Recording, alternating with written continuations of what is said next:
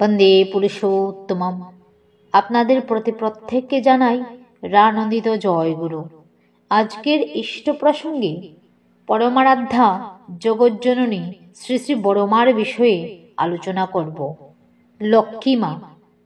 পরমারাধ্যা শ্রী শ্রী বড়মা তখন শ্বশুরবাড়ির বড় বউ। বিয়ে হয়েছে অল্প কয়েক বছর হল। শিবচন্দ্র চক্রবর্তীর প্রতিবেশী চৌধুরী বাড়িতে বিয়ে হয়েছে তার আপন ছোট ভগিনী সুধা দেবীর। সুধা দেবী সদ্য বিয়ের পর 1 মাস বাপের বাড়ি কাটিয়ে আসলো। পদ্মায় জল আনার পথে সুধা দেবীর সাথে দেখা চক্রবর্তী বাড়ির বড় বউয়ের।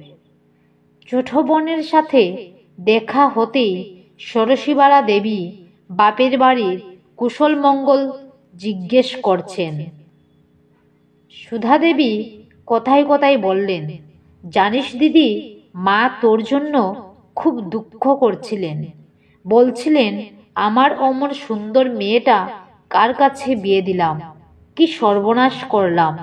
জামাইবাবু ডাক্তারি পড়তে গিয়ে ঠিকমতো পড়াশোনা করেন না, কিসব আজে বাজে নোংরা জায়গায় থাকেন, যার তার সাথে মেলামেশা করেন। এজন্য মা খুব দুঃখ করছিলেন। কথা বলতে বলতেই সুধা দেবী হঠাৎ লক্ষ্য করলেন তার দিদির মুখখানি ভীষণ কালো হয়ে গেছে, রাগে কষ্টে ভয়ঙ্কর গম্ভীর হয়ে গেছে। কোনো কথা না বলে হঠাৎ হনহনিয়ে ষোড়শীবালা দেবী চলে গেলেন বাড়ির ভেতর। গেলেন যে গেলেন। সেদিনের এই ঘটনার পর থেকে সুধা দেবী তার বড় দিদির মুখ আর দেখতে পাননি। মাসের পর মাস কেটে যায়, দিদির ছায়াও দেখতে পান না। জানালা দিয়ে একটু পরপরই তাকান চক্রবর্তী বাড়ির পানে, যদি দিদির দেখা পাওয়া যায়। না, কথা বলা দূরের কথা, দিদি আর সামনেই আসেন না তার। ছোট বোনের মুখ দেখাই বন্ধ করে দিয়েছেন। সেদিনের ঘটনার পর থেকে বছরের পর বছর কেটে যায়। বড়মা কখনো বাবার বাড়ি যাবার কথা মুখে উচ্চারণও করেন না। মনমোহিনী দেবী অবাক হন, এ কেমন মেয়ে, বাবার বাড়ি যেতে চায় না মোটেও। বাবা মা ভীষণ মনে কষ্ট পান মেয়ের আচরণ দেখে। কিন্তু ষোড়শীবালা দেবী অটল। স্বামীর অপমান যিনি করেছেন তার মুখ দর্শন করবেন না।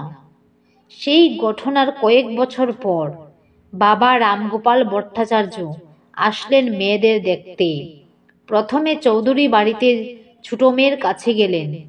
ছোট মেয়ে খুব আদর যত্ন করলেন, নানা পদ রান্না করে খাওয়ালেন। ছোট মেয়ের বাড়ি সেরে রামগোপাল বাবু আসলেন চক্রবর্তী বাড়িতে বড় মেয়েকে দেখতে। উঠানে এসে মেয়ের নাম ধরে ডাকলেন। ষোড়শীবালা দেবী রান্নাঘরে কি যেন করছিলেন। যেই মাত্র দেখলেন বাবা দাঁড়িয়ে আছেন, সাথে সাথে কোনো কথা না বলে রাগে হনহনিয়ে বাবার সামনে দিয়ে ঘরে চলে গেলেন। একটি কথাও বললেন না বাবার সাথে। রামগোপাল বাবু হতভম্ব হয়ে দাঁড়িয়ে রইলেন। কর্থামা দেখতে পেয়ে তাড়াতাড়ি কুটুমকে সমাদর করলেন। বড় বউকে ডেকে আনলেন বাবার সামনে। ষোড়শীবালা দেবী ঘুমটা ডাকা মুখে বাবাকে প্রণাম করলেন। সকলের অজান্তেই মেয়ের চোখের জল কয়েক ফোঁটা বাবার পায়ে গড়িয়ে পড়ল।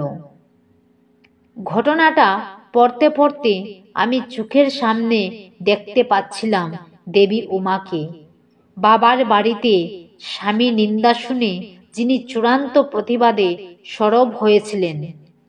পরমারাধ্যা বড়মা ছিলেন দেবী উমার মতোই প্রখর স্বামী পরায়ণা। এই যুগের উমা তিনি। বিয়ের পর শ্রী শ্রী ঠাকুর বর্মাকে নাম শুনিয়েছিলেন আর বলেছিলেন হৃদয়ে সবসময় ভগবানকে রাখবে।